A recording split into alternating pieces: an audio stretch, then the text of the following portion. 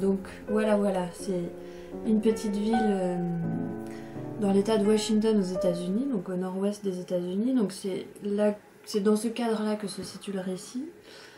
Le récit, on peut dire aussi, pour le présenter généralement, qu'il se situe dans un futur proche. C'est un peu une forme d'anticipation, mais vraiment non spectaculaire, donc on n'est pas obligé de le remarquer. Et c'est un récit à plusieurs voix, c'est un peu comme une galerie de portraits. Et ça tourne autour, disons, de relations de famille, donc des rapports de couple, des rapports filiaux et des relations de voisinage aussi. Et donc c'est une forme de récit familial. Mais ce récit familial, c'était aussi l'occasion de mettre en scène une technologie plus ou moins imaginaire, qui est le psychothèque, et qui est une sorte de simulation de thérapie que deux personnages au cours du récit vont utiliser. Donc l'une s'appelle Gail, l'autre Lorraine. Et ce psychothèque, donc c'est de la réalité virtuelle, donc ils mettent des lunettes de réalité virtuelle, et puis ça propose des simulations de psychanalyse, mais c'est aussi en même temps un peu un coaching de bien-être. Il y a des séances de méditation, de relaxation, et ça permet aussi de reconstituer des scènes déjà vécues, et comme ça ensuite l'utilisateur peut se déplacer dans la scène et interagir avec les éléments.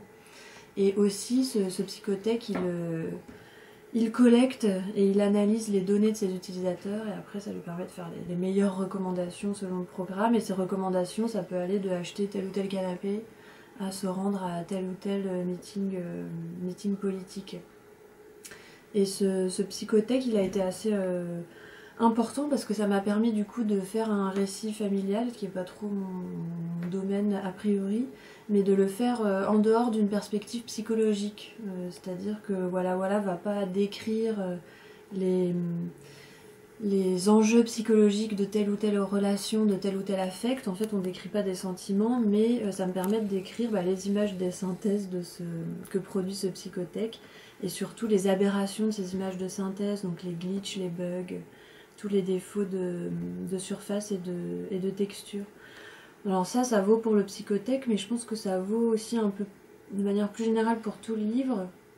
C'est que dans la subjectivité alors peut-être pas de tous, mais la subjectivité d'un grand nombre de personnages, elle est conçue un peu comme une extension, comme un prolongement des technologies ou des médias qu'ils utilisent.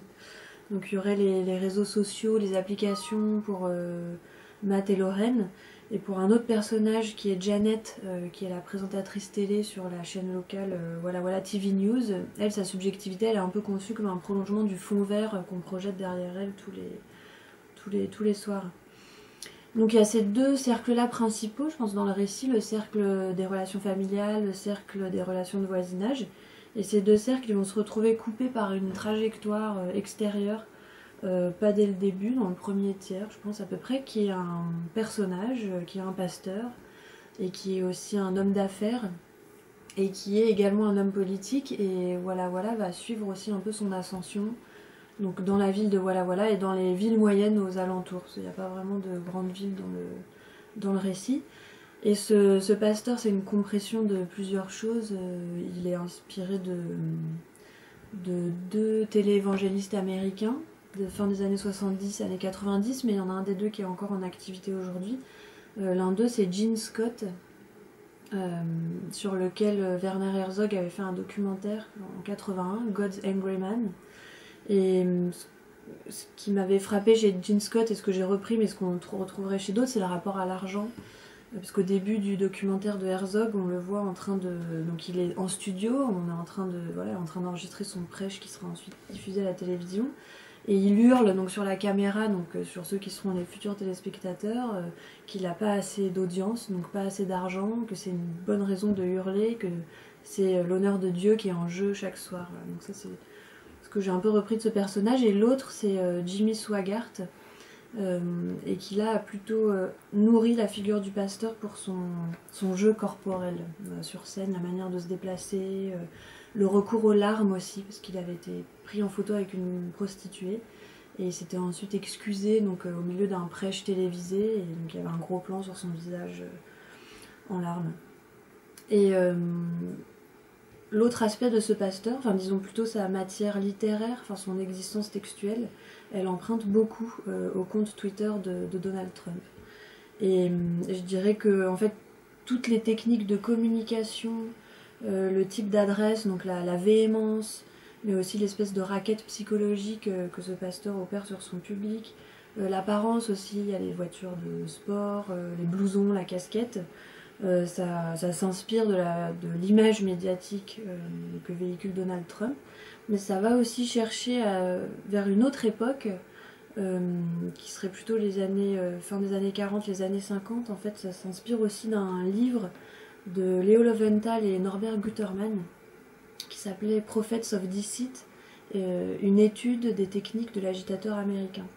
Et donc ce personnage du pasteur, il est aussi inspiré de ce personnage-là, de l'agitateur américain, et du type de discours qu'étudient Leo Lowenthal et Norbert Guterman. Et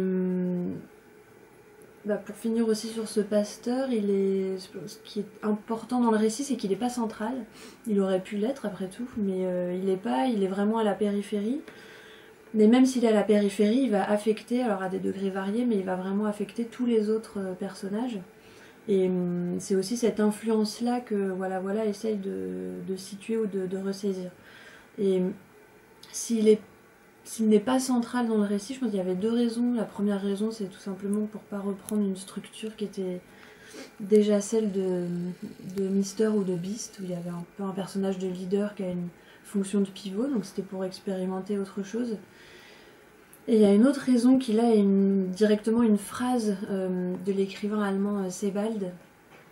C'est dans De la destruction comme élément de l'histoire naturelle, où Sebald écrit qu'il existe un rapport entre la catastrophe qui s'accomplit sous le fascisme hitlérien et la gestion des sentiments intimes de la famille bourgeoise allemande. Et donc je pense que si le pasteur il est à l'écart, enfin, il opère à la marge, à la périphérie, c'était aussi pour que le récit puisse essayer de donner à sentir tous ces contextes-là intimes et tous ces affects dans lesquels émergent et dans lesquels s'ancrent tous ces discours autoritaires. Voilà. C'est vrai que à part Neko Café, en fait, c'est tous des récits américains, quoi, je crois. Je pense que c'est parce qu'il y a directement une dimension de fiction dans ce qu'on voit aussi des États-Unis, et là en plus avec une personne comme Trump, alors qui nous déplace. Peut-être que Obama c'était plus, on pourrait dire Kennedy c'était les présidents et le cinéma, Obama les présidents et les séries télé, enfin un certain type de séries télé, et Trump c'est les présidents et la télé-réalité ou Twitter donc c'était oui, pour cette dimension, cette manière de lier tous ces éléments-là à la politique, ouais. Parce que c'est à nouveau américain. Mais bon, cela dit, c'était pour Beast, je sais plus quelle. Certaines personnes me disaient que ça faisait aussi penser éventuellement à Sarkozy et Carla Bruni, ce qui n'était pas mon idée, mais comme quoi ça peut aussi évoquer d'autres choses.